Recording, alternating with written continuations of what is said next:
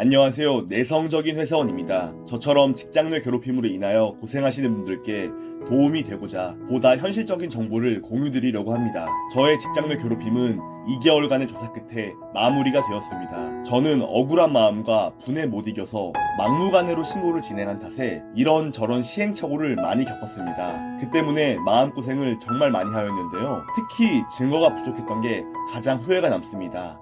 조사 기간 중 증거가 부족하여 걱정을 많이 하고 마음을 졸이는 시간이 많았기 때문입니다. 괴롭힘이 인정되지 않을 경우 저만 이상한 사람이 되기 때문인데요. 여러분들께서는 직장 내 괴롭힘을 신고하시기 전에 증거를 잘 모아두신 후 신고하시길 바랍니다. 증거로는 기록 및 녹음이 있습니다. 기록은 꾸준할수록 신빙성이 있습니다. 그날 꾸준히 기록을 하시고 틈틈이 녹음을 진행하시길 바랍니다. 신고 후 결과에 대해서는 이전 고용노동부 신고 영상에서 잠깐 말씀드린 적이 있는데 나중에 자세하게 풀어서 말씀드려 보도록 하겠습니다. 직장 내 괴롭힘이 인정이 되면 가해자와 저와의 제대로 된 분리 조치가 이루어집니다. 자라보고 놀란 가슴 소뚜껑 보고 놀란다고 가해자만 보면 불안 증세가 심해졌던 기억이 납니다. 그래서 한 번은 길 가다가 우연히 마주쳤는데 숨이 잘 안 쉬어지고 생각이 멈추고 등에 식은땀이 계속 났었습니다. 불안 증세가 너무 심해서 화장실에 숨어서 진정될 때까지 안 나온 적도 있습니다. 화장실에 있는데 매우 비참하고 억울하더라고요. 화장실에서 혼자 숨죽여서 울었던 기억이 나네요. 신고를 하셨다면 이렇게 고통받으시기 전에 회사 측에 분리 조치를 요청하여야 합니다. 오늘 말씀드리는 것은 이 분리 조치를 포함한 신고 후 할 일입니다. 관련 근로기준법을 포함하여 자세히 말씀드리도록 하겠습니다. 신고 후 할 일은 3가지입니다. 첫째, 회사 측에 분리 조치 또는 유급휴가 요청하기. 둘째, 고용노동부에서 제공하는 트라우마 센터 또는 상담센터 예약하기. 세 번째, 정신과 다니기. 정신과는 신고 전에 미리 다니고 있으면 더 좋습니다. 그럼 하나씩 살펴보겠습니다. 분리조치 또는 유급휴가 요청하기. 이것은 근로기준법상으로 요구가 가능한 사항입니다. 근로기준법에는 신고자를 보호하기 위한 법안이 있는데요. 신고 후 회사에다가 요구를 할 때 회사의 법에 대해 아시는 분이 있으면 정말 다행이지만 없을 경우 직접 법을 가지고 가셔서 제시를 하셔야 합니다. 겪어보니 아는 만큼 본인을 잘 지킬 수 있더라고요. 스스로를 지키셔야 합니다. 모르면 어물쩍 넘어가는 상황이 많이 나옵니다. 여러분께서는 많이 아시고 스스로를 지켜주셨으면 합니다. 그렇기에 관련 법규를 잠시 설명드리도록 하겠습니다. 저희에게 맞춤형으로 필요한 정보만 드리도록 하겠습니다. 이 근로기준법을 보시면은 근무장소의 변경, 유급휴가 명령 등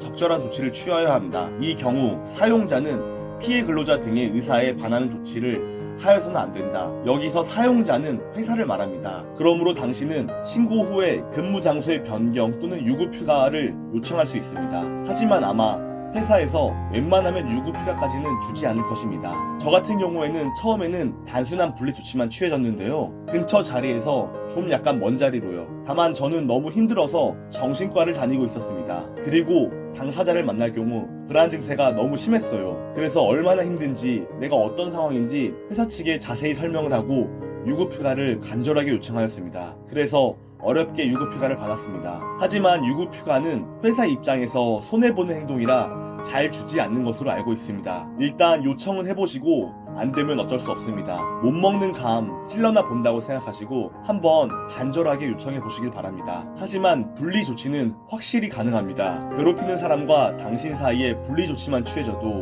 한결 마음이 편안해지실 수 있으십니다. 만약 회사에서 유급휴가도 제대로 된 분리 조치를 해주지 않는다면 방금 말씀드린 법안을 가지고 말씀을 하시면 됩니다. 회사에서 제대로 된 대응을 해주지 않는다면 분명 많이 억울한 상황이 나올 텐데요.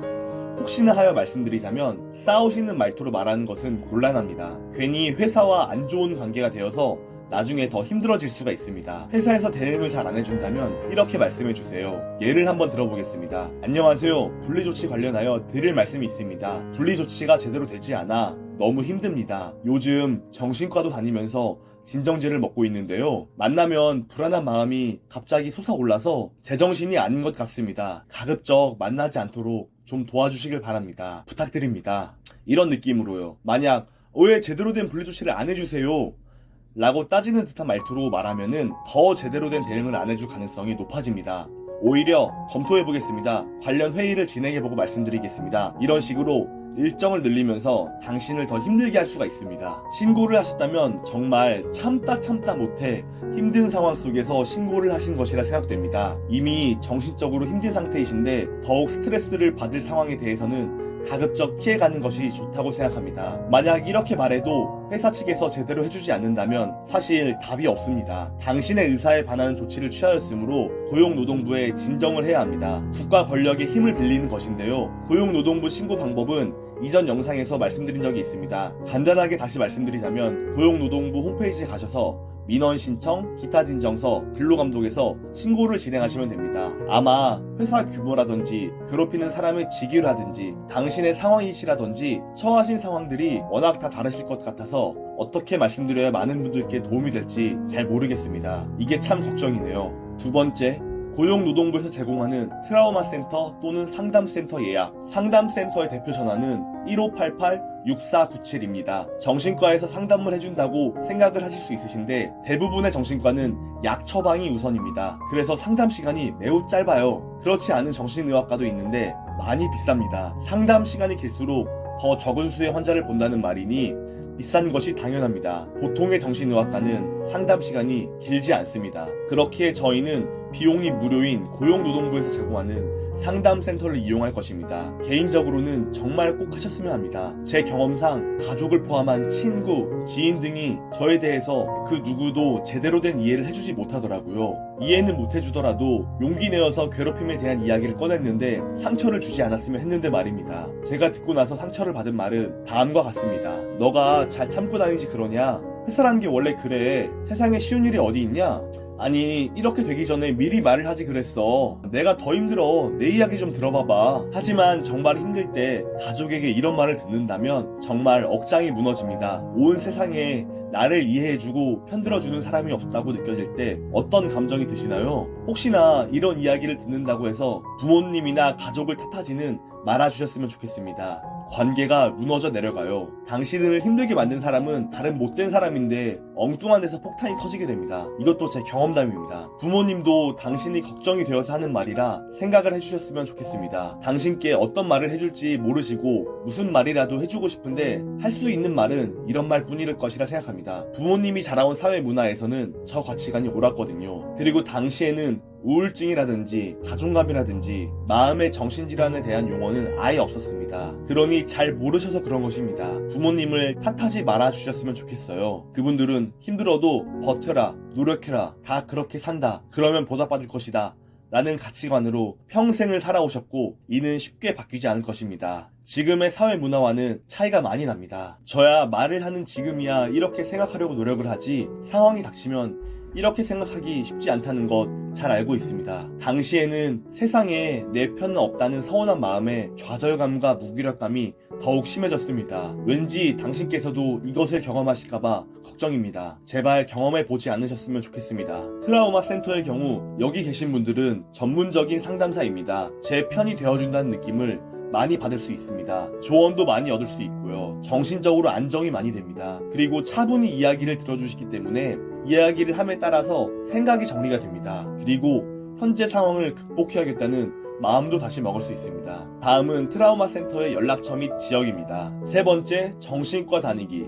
정신과를 다니는 이유는 크게 두 가지입니다. 약을 복용하여 마음을 진정시키기. 정신장애 진단을 받을 경우 산재 신청이 가능하며 정신적 손해배상으로 민사소송이 가능합니다. 저는 정신과 자체를 처음 다녀보고 약도 처음 먹어보았는데 약의 효과가 정말 확실하더라고요. 제가 고생하고 있던 불면증, 불안증 등이 이 약을 통하여 가라앉는 느낌을 많이 받았습니다. 마음이 힘들 때마다 먹으면 거짓말처럼 마음이 차분해지더라고요. 더 자세히 말씀드리자면 정신이 멍해져서 생각이 끊기는 느낌입니다. 멍해져가지고 아무 생각도 안 나요. 이게 장점인지 단점인지 모르겠는데 그 정말 힘든 상황에서는 이게 도움이 많이 됩니다. 게임으로 치자면 체력이 떨어졌을 때 먹는 체력 포션이라고 생각해주세요. 당신께서 신고를 하셨다면 아마 그 후에 여러 가지 상황을 겪으실 것입니다. 어떤 상황을 겪으실지 감이 오지 않으나 제발 좋은 상황이었으면 좋겠습니다. 다만 어려운 상황을 겪으셨을 때 약을 통하여 상황을 극복하는 방법도 좋은 선택지라 생각합니다. 약에 지나치게 의존하지는 마시고 혹시나 모를 상황에 대비하여 보험이라 생각해주세요. 정신과 진료는 개인적으로 추천드립니다. 준비한 내용은 여기까지입니다. 요약하자면 다음과 같은데요. 직장 내 괴롭힘을 신고하고 나서 꼭 할 일 3가지. 첫 번째, 신고 후 분리조치 또는 유급휴가 요청하기. 두 번째, 고용노동부 트라우마 센터에 연락하여 상담하기. 세 번째, 정신의학과 꾸준히 다녀서 약 받기. 신고를 통하여 당신의 앞날이 밝아졌으면 좋겠습니다. 많이 힘든 와중에도 이번 영상을 시청해주셔서 감사드립니다.